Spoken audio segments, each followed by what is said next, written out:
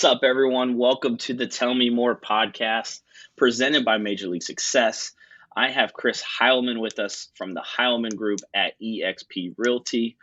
Chris, thanks so much for taking time out of your day to spend with us. Oh, it's my pleasure. Thank you for having me. Chris, how long we've known each other? For 3 years now? 4 years now? I think it's going on 2 or 3. Yeah.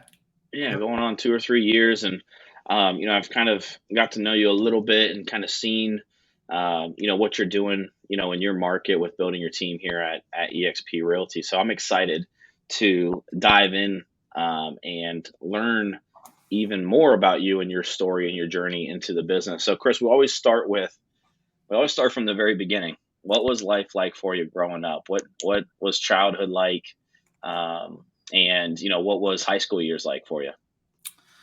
So growing up in the middle of nowhere, I was born and raised in Iowa. So, a small town of 800 people, always into mischief.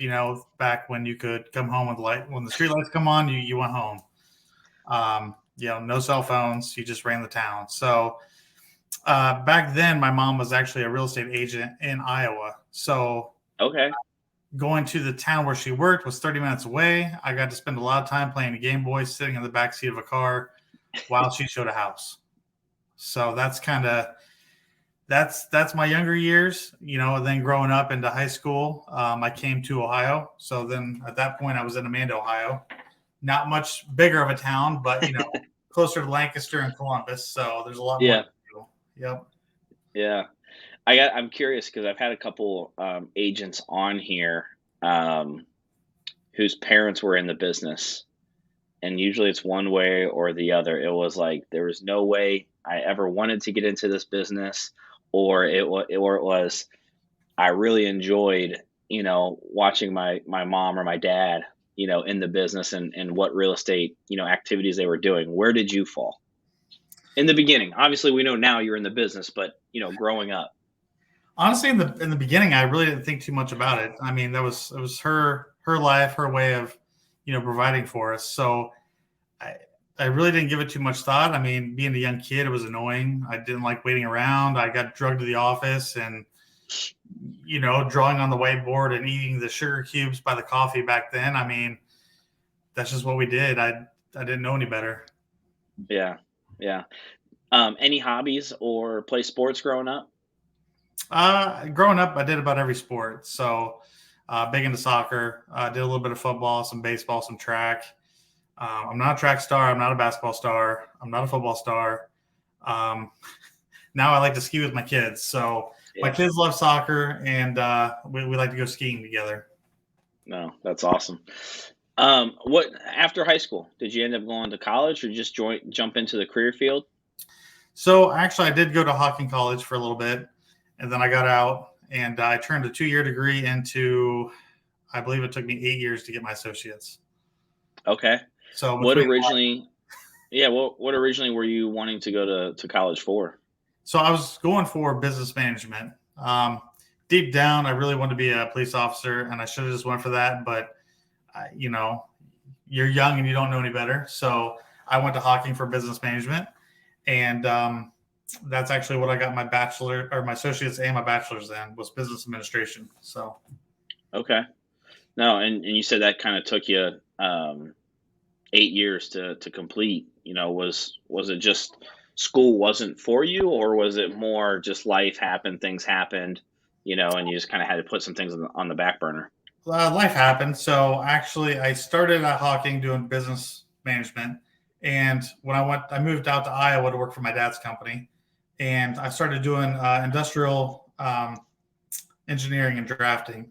So I changed majors, and then I realized that wasn't for me. I'm not an AutoCAD kind of guy.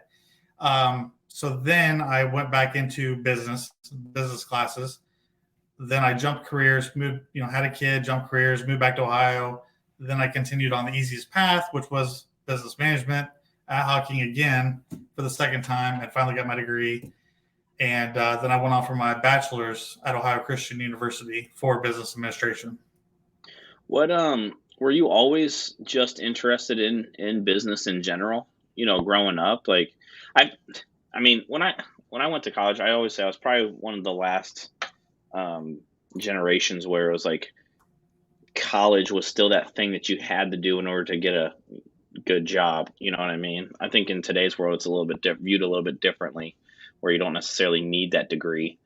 Um, but it's always hard at 18, 19 years old to determine what the hell you want to do with the rest of your life, Oh yeah, But was business something always that interested you, or? it was. Um, my dad's always had his own business. My mom, she's always been self-employed. So it's always been that inkling of, how hard can you challenge yourself? And if you want to challenge yourself, I don't think there's too many greater ways than being your own boss, because if nobody's going to call you at 8 a.m. saying, "Are you showing up for work today?" It's you put in the grind and you show up and you show up and you show up again. And it's funny because like you see the memes where they say, "Oh, I wanted to, make my own schedule and be my own boss and make what I want, but now I end up working 7 days a week and I'm putting in more hours than I would have if I just worked for Yeah, somebody." So yeah, it's true. So I mean, I I think I would be. I always thought I would have been like a good truck driver. Like I enjoy driving, um, but also that would be the same monotonous thing that I can't handle. But just the thought of it sounds fun. And there's other jobs I applied to get into, to change careers, and it just didn't work out. I didn't get hired. You know, yeah, for one instance was I think I applied to be like a lineman. Doing electrical work outside. Didn't get the job. For the training and stuff. So I didn't get in that career. So you just kind of follow the path, and I was open to anything, and it's just here's where I am. yeah. It's always interesting, how many of the when we actually look back, and that's the thing about why I love this type of content from a real estate agent standpoint is because the majority of people, this isn't their first career choice. It's usually second, third, fourth, fifth. Sometimes it just falls into our lap and things like that. But you know I don't think a lot of agents actually reflect on the journey. We think about it, but we don't actually reflect on the journey and how those opportunities could have changed your life and the trajectory of your life, completely different. If one of those, job opportunities actually stuck, and said, "Yep, come on board." For me, it was going to Ohio State and failing calculus. That's my story. I went for accounting, had to take calculus and absolutely bombed it, which then made me, switch my degrees and then realized that what I went to school for wasn't what I wanted to do, and didn't like the pay scale at the beginning. so so Yeah. then real estate happened. But in the moments, it's always tough, right, to take those losses and things like that. But it led us to here. So, Chris, lead me up to real estate. What was that career journey like? And then lead me up to the point of making that decision of I want to get into real estate. Well, I spent so when I moved back to Ohio and finished all my degrees, because I was getting them paid for by the state, because I worked for the state of Ohio for a time, and I was a corrections officer in the state prison. The good, the bad, the ugly. Got to experience it, and I I left that job in 2016, and I thought, I got to do something else. What do I want to do? And the real estate it's an easy entry point. So it's easy to get into real estate per se with just a test. I mean, it does cost you, to join all the boards and all the extra stuff. Yep. But the price point's not the easy thing, but experience wise and just passing a test, it's an easy entry point. So I said, let me get into real estate. My mom used to do it. I enjoyed it. It's always been kind of a thought in the back of my mind, with doing rentals and investing and that kind of stuff. So it's kind of like the gateway.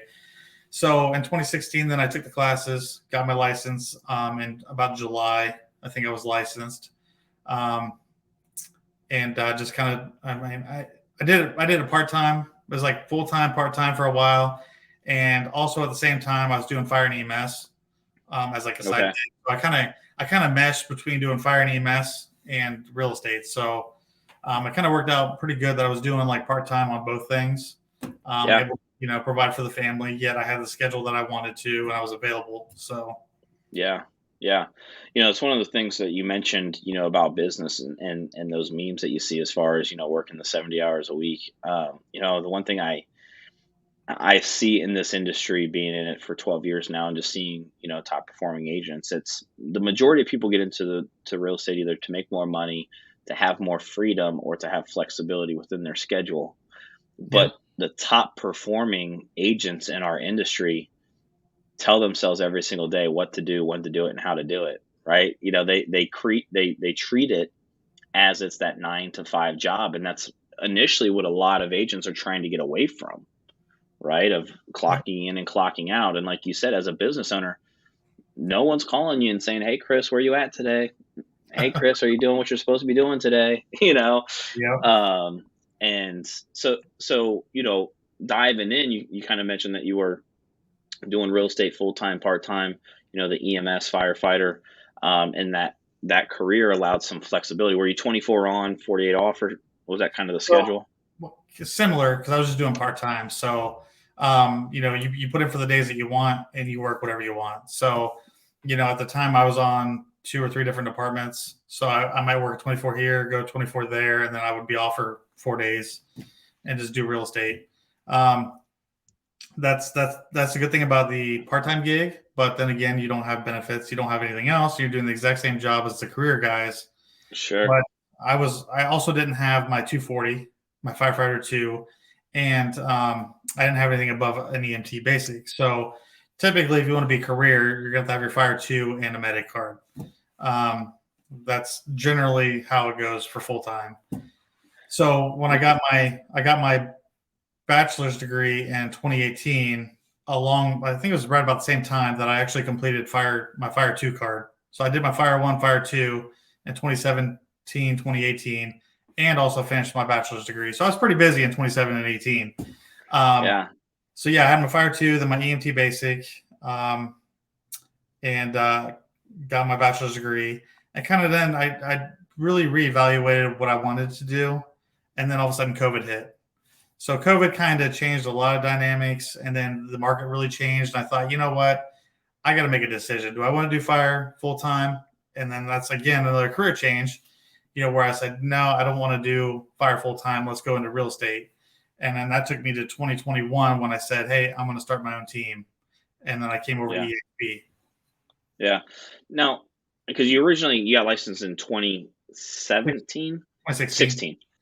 Um, were you just trying to figure out something that you were passionate about, that you enjoyed doing? Because sometimes I see that that's where a lot of people struggle too. Is like, we're always. I'm a big Gary V guy, and one of his messages is like, and this is where I didn't, and I'm kind of jealous of the people that do of go out and they try everything. You know what I mean? Like they actually go out and they say yes to this, and then they're there for 2-3 years, and then they go and do this job over here that's completely different. And I didn't go that path, but a lot of times Gary Vee talks about how in your 20s that's what you should be doing to gain experience, to find what you really truly do enjoy doing and what you don't enjoy doing. And that's one takeaway that I could put back to use, because I can talk to a lot of people.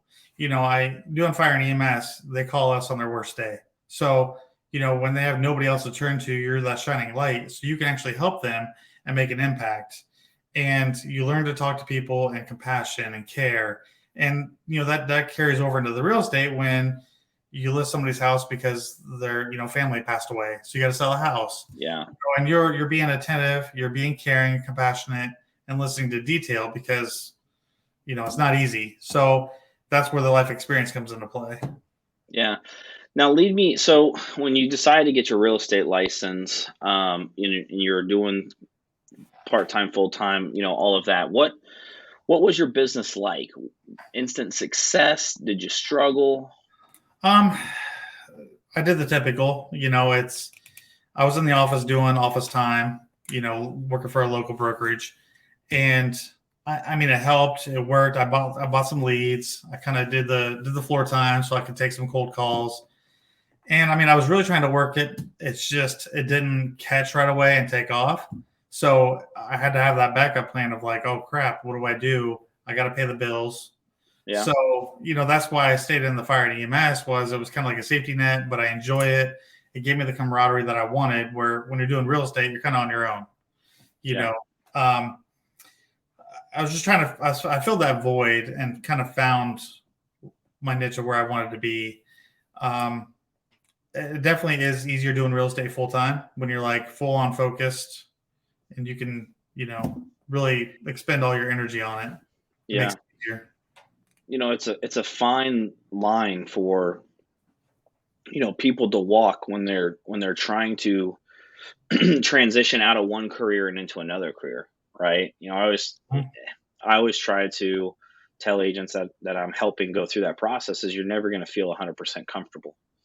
And a lot of times, having that career is actually going to hold you back in your real estate career because you're only going to be able to help a certain number of people, right? Your hours are only limited to a certain number during the day to focus on the real estate activities, showing homes, prospecting, going to listing appointments, all of those things. So, Chris, when you made that decision to jump in full time, and really give up the firefighter EMS side of it.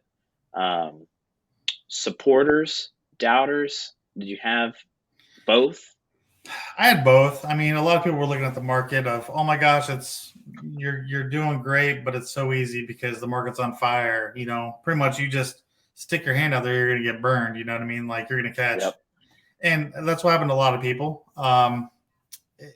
So I did have the some doubters. I did have a lot of supporters though that were like, "This is you, go get it. This is what you're doing. This is what you want. You might as well go for it." And it, definitely with the market being the way it was, it made it a lot easier. Because you could buy some leads and you can get, man, you're getting so many leads, it was ridiculous. You're tripping over them, but figuring out how to capture and work those leads in order to best benefit the business, that's the difficult part. Yeah. So yeah, it was definitely a chore. But you have to just keep investing in yourself, and that's what I did. Was I just kept investing. I got designations. Actually, I got 3 of them. Yeah. Yeah.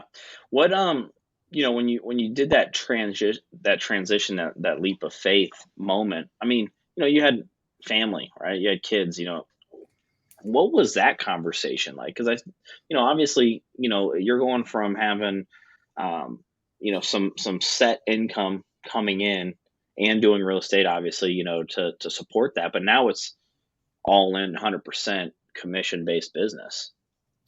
I mean, like with my kids, they're young, 10 and 12. So at the time, they didn't know any difference. So they just saw that I was actually home more often. So the yippee for me, them and me home, and and that's where the support comes in. Once I did go into the full time, that's when I actually started my team too. So I definitely had some accountability, with Yeah. my agent there, and coming to eXp, I definitely had some support from my upline and my downline, that kind of stuff. That definitely helped make things a lot easier. So the conversation wasn't. It was a typical of, oh man, if we're gonna do this, we gotta go all in because there's no going back. Right. You can't jump back off the cliff. Yeah. Yeah. I'm curious because most people don't go full time and decide to do the team at the same time.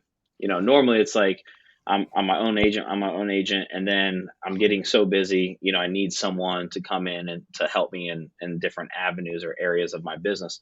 What made you from the jump decide that, I want to, I'm going to go full time into real estate, but also start a team and start building that? So at that point, I was already at my second brokerage. So um, I've watched other teams how they do things. I've watched individual agents how they do things, and I like to watch and study people because that's the best way to learn. Is Mm, you can't compare yourself to what they're doing or worry about what they're doing, but you can watch a lot of people and learn their playbook. I mean, that's all you got to do is study. So you see, okay, this individual agent, this is his marketing, this is what his niche is. And you look at some other individuals and some teams, and you find out, okay, are they going after, um, like the off market ones? Are they going after just condos or like the retirement market? I know some agents that go off of just referral based business. Yeah. So learning kind of what they do and how their team works, I knew I wanted to have a team. I like to lead. I like to be that problem solver. How can we do things better? How can we do marketing better? Stay in touch better. I like to evaluate and analyze what we can do better and figure out the processes and, doing like the SWOT analysis and kind of just where we want to be. And I thought, okay, I want to be with a team. And my mother actually wanted to get her real estate license again in Ohio. So I thought, what better time? We're going to bring you into the fold. I'm going full time. We're just going to work this and we're going to make it awesome. And she was all about it and on board. So we got her license. And it was shortly thereafter, I think about 4 months in with a team, I actually got my first outside agent to come on the team. And it was a couple months later, I actually got another one too. So the team didn't grow super fast, but it grew, organically like it should. Yeah.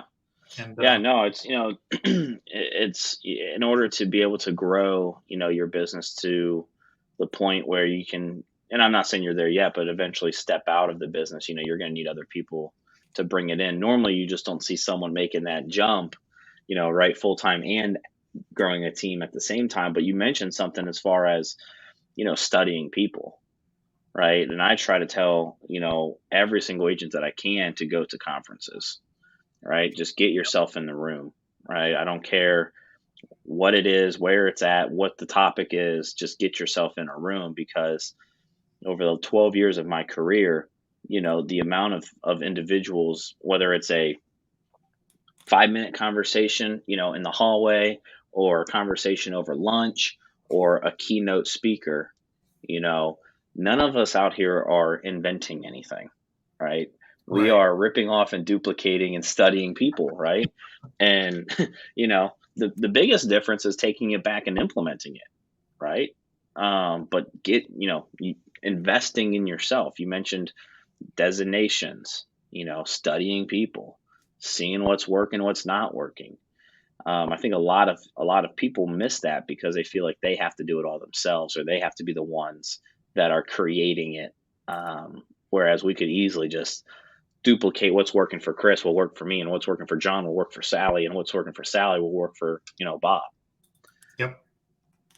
Yep. I mean, and that's the thing. It's no matter how good you think your idea is, there's always going to be a better idea. And, I've learned that. So, currently I'm in the process of changing my CRM, and I thought what I had was, the best thing since sliced bread. But there comes a time to where, it's evolution. No matter what, it's something. There's going to be something better, or somebody's going to come out with a better system, or the way you've been doing it. It's just time for a change to mix it up. Yeah. And that's where you always have to keep an open mind. And getting the designations, I listened to a lot of different people across the country. So I went through the REBI in Chicago for a couple designations, and I had great team meetings where we have breakout sessions.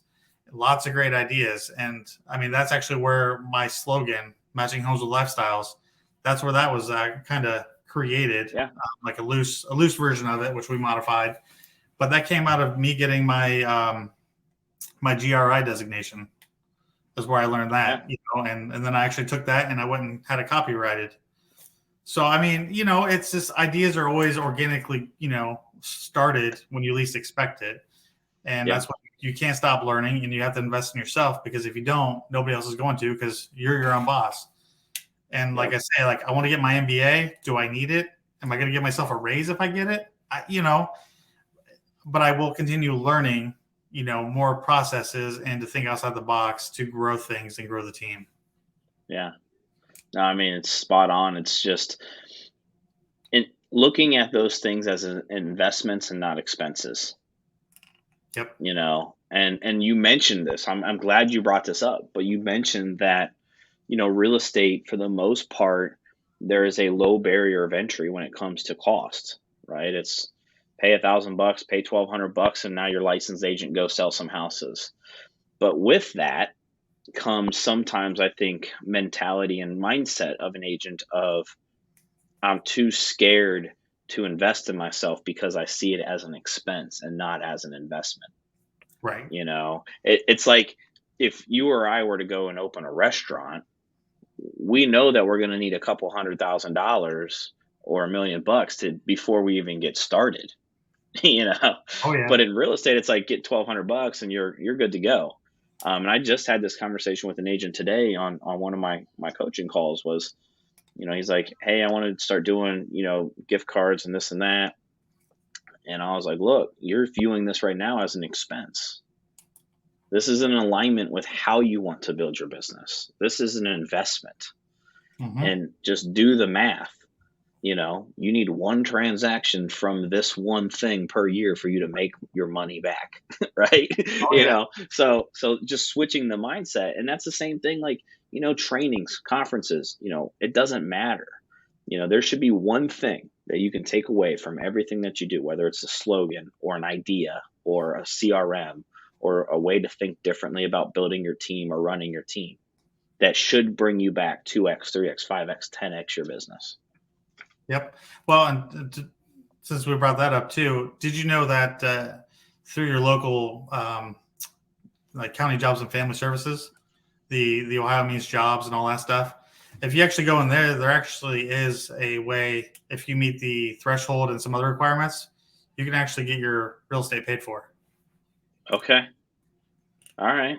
So I was in there, I believe a week or two ago talking about that. And if you're like 300% or less of the poverty scale on your income, you may qualify for some funding for real estate. Yeah. No, that's awesome. That's awesome. Chris, talk to me about from building the team in 2020 to current day. How many agents do you have? How are you focused on building your business? How many deals are you doing? So as you can tell, my life and my business is everywhere. We do fire and EMS, which I still do. To start my team, we got a team office.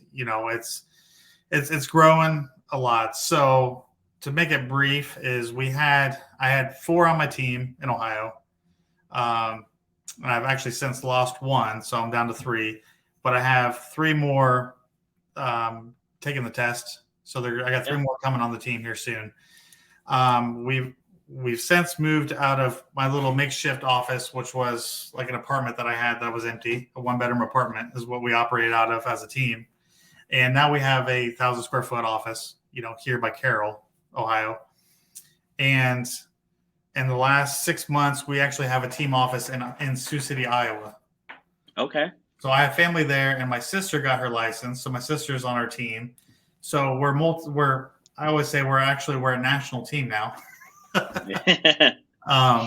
Which I didn't realize that until I was trying to get recruited by some other small company, and I'm like, you guys aren't licensed in Iowa, and I am, so you can't help me, but thanks.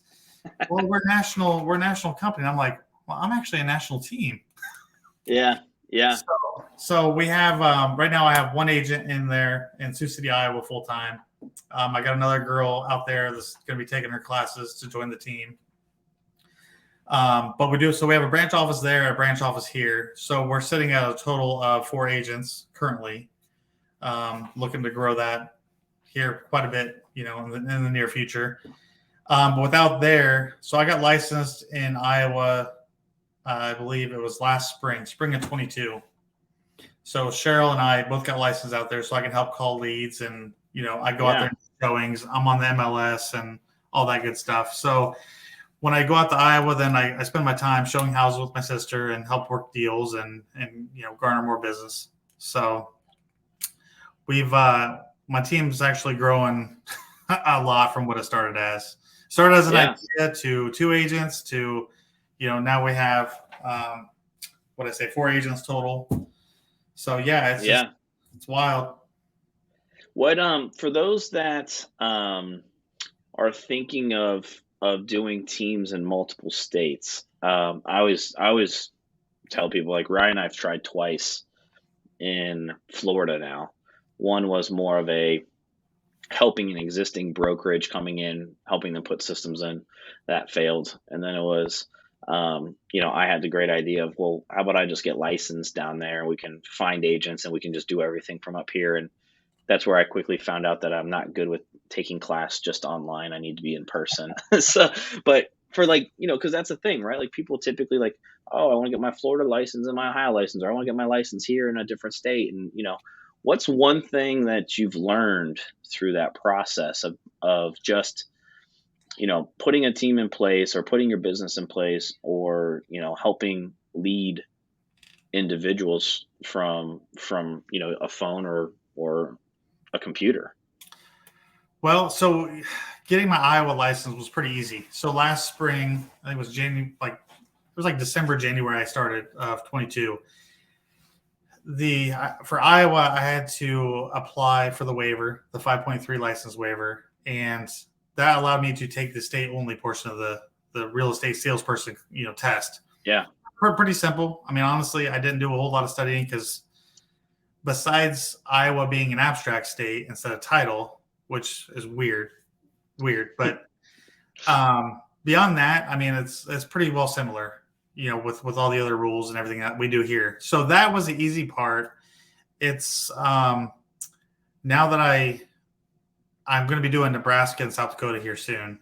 It's on my to-do list.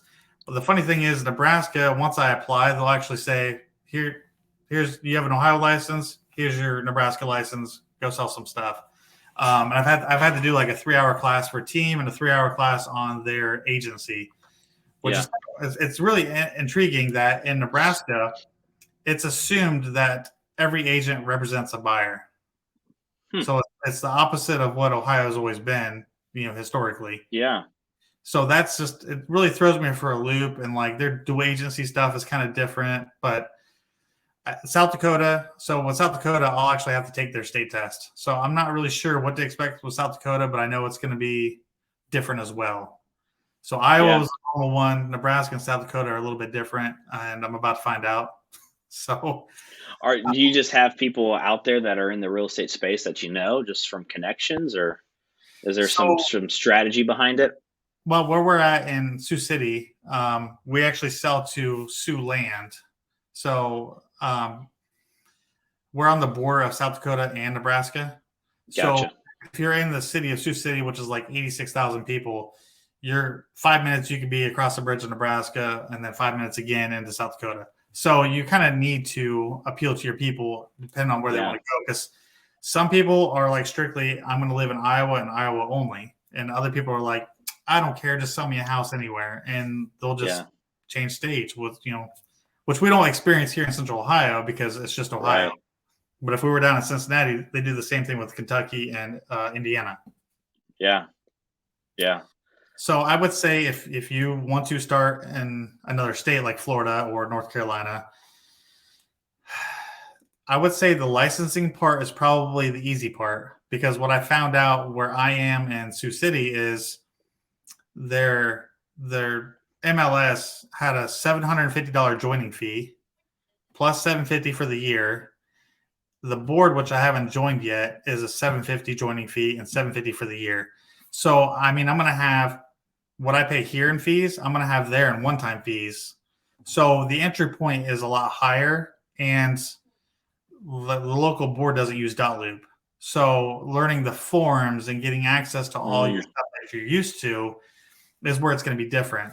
And like the MLS there, they use Paragon, which is like the Lancaster MLS uses Paragon. But in Central Ohio, we use Flex, which in my opinion, Flex is the best one that I've ever experienced. So it's not actually the physical thing of doing real estate and selling, because you can sell anywhere. You can relate to people. Right. Obviously, you want to go there for a reason because you know the people there. It's all the extra back end stuff that you're going to have trouble with. Yeah. So just be prepared for all that. Have you had any, just from a leadership standpoint, from a team lead standpoint, any pain points or issues there with just getting your sister up and running, just from the way that you want the team to look and operate? Not necessarily. She does great with everything. It's just she's new into the sales aspect of that. She's been a manager of a shooting range, and then had other roles, with a big company. So it's really just a matter of getting out and just selling yourself. Hmm. Get people to know, like, and trust you, and just really learn and continue learning. So, like, I've had her go to some classes. Like, she was just at one. It was actually put on by an eXp agent in Council Bluffs. So she drove 90 miles to go to this, day to go listen to these people talk, and she was able to, collaborate with people and see other people in their natural habitat of learning that are in the industry, kind of, because you can get the sidebar conversations, you can talk Yeah. on break and learn more. So it's really just diving in feet first or head first, whatever you want to do, and just really learn the industry, because that's what it's all about. It's, like we talked about again, it's just her getting to know what everybody else is doing and talk, because they've done it. They've experienced it. So they can say, hey, save yourself some trouble. This didn't work for me. This might work for you. And that way you can kind of think about it, and you can look at, pros and cons. Okay. If sending out mailers to this community didn't work for you, what did you do and what was wrong with it? Or is it just a bust? Do people in this community not really do mailers, or do they not check their mail, or Right. and that's where I think with her, just really learning the market as to what's going to work and what she should and shouldn't be doing. But no, I mean, I have buyer's guides, seller's guides. I'm getting her hooked up with Dotloop on our end, getting everything up and running. It's just taking me forever. But those are more of my pains on the back end, because I know how it should be, and what I want to do. Where we could use what the Iowa Association of Realtors, they give you forms. Okay. They give you a form simplicity, a form system, but it's nothing like what Dotloop is. It's not user friendly. It's not easy. So we're just gonna do the back end difficult stuff, a transition over to Dotloop. And she's been all about it. She's been accepting. She's been, utilizing the CRM. It's just, again, it comes down to experience, where even me being in it for, almost 7 years, I'm still learning. Yeah. Yeah. Yeah. I was asked this today by an agent, and he's like, in your opinion, what's the number one reason why agents fail?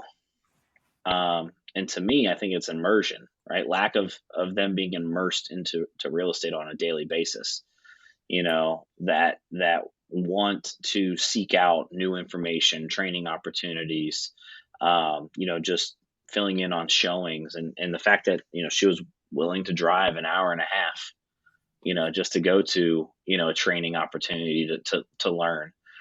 So if you're a newer agent out there and you're struggling, every day, what are you doing in real estate?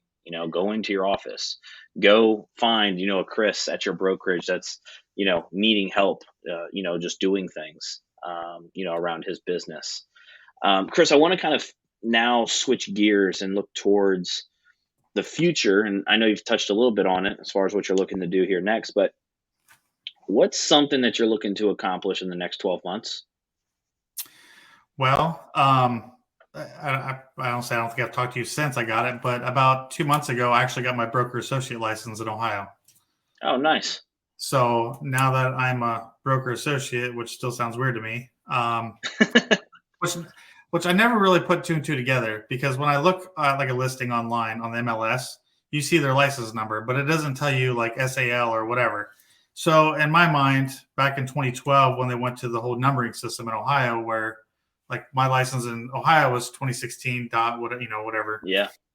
Now that I have a broker associate license, I have a 2023 number. So now if you look on the MLS, if I have a listing, you're just like, this is a brand new guy, because you don't know. And I'm like, oh man. Yeah. So with that, my goal is in the next month, I'm going to take the Iowa exam.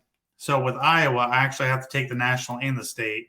Even though I just passed the national, it took me 90 minutes to do it. I got to take it again. So that's going to be a struggle. So by the end of the year, I'm going to have my Iowa broker associate, my Nebraska and South Dakota broker associate.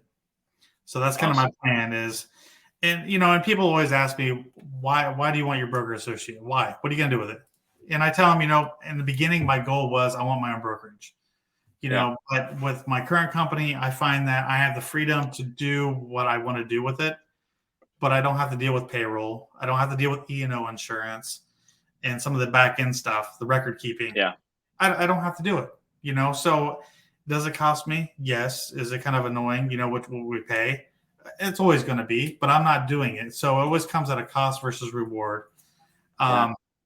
That I'm content because I have a multi-state team, but I have one team. So I have one cap, one team, Yeah. one process for everything. And it stays the same pretty well on the back end for here as it is in Iowa. So I enjoy that. And I just, with having the broker, it shows people that I'm still investing in myself. I'm learning. How can I expect you to do better, to learn, to get designations if I'm not doing the same thing? So in a way, it kind of sets the bar and the expectation a little bit higher as to where I want it to be. Yeah. Yeah. No, I mean, I talk to agents about it all the time. What's the real goal of you having or opening up your own brokerage? You know, and obviously our company solves a lot of problems. It's not for everyone, and there may be a point where we outgrow it or change or whatever, right? But Yep. a lot of times you can have the your own brokerage feel without having all of the negatives of owning a brokerage that you just mentioned. Well, yeah, and I'm not paying the, and honestly, I looked at different brokerages, but I was like, if I have a franchise fee here and a franchise fee there, you know what I mean? And Yeah. going with my website. So another thing with new people, if you want to go multi-state, what are you gonna do about your website? And that's where having Boomtown that I had or have, we had to troubleshoot and figure out how I can have more than one website but still be the same. Yeah. And where do my leads go from here and where do my leads go from there? Because we always have all of our own agent domains to garner those leads to make business. And I saw one of their examples they gave me was a lady over in the DC, Virginia, Maryland. So they call it the DMV area. So like with that, she was with like C21. And then when she was in Florida, she was with like Sotheby's, which is still owned by the same company, but it's two different companies. Right. And it totally baffled me, as to how that really works or why. I really didn't look much into it, but it intrigues me as to what the thought process is with that. Yeah. Yeah. No, it's definitely interesting, Chris, especially if you have that vision or that desire to go multiple states, and to really expand your team or your presence into multiple states. It makes sense for a lot of us. But Chris, what's something that you're looking to accomplish here in the next 5 years? So it's funny you bring up Florida is because in the next 2, that's one of my goals. So I don't know where in Florida. My buddy's talking about Jacksonville, and I have a buddy that does real estate for another brokerage down in Miami. I mean, I love Miami. I love, Jensen Beach down there. One of my lenders is down in Jensen Beach all the time. North Hollywood. I mean, it's great. So I don't know where I'm going to end up, but somewhere in Florida because my daughter, if she has it her way, I feel that she'll probably go to college someday in Florida. So if I already have my license down there and I can just buy a house now before she gets there, it's something we can all enjoy. Yeah. Yeah. No, I love it. Chris, what is a legacy goal of yours? What's something that you want to accomplish when you're no longer here?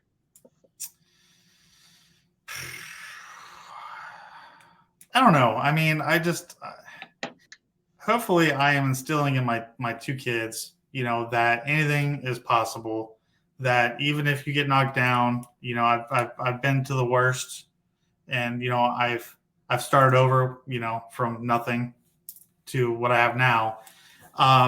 So just showing my kids, I guess, that resiliency is the key because in sales, somebody's always going to tell you no. Doesn't mean it's not no forever, and they may change their mind.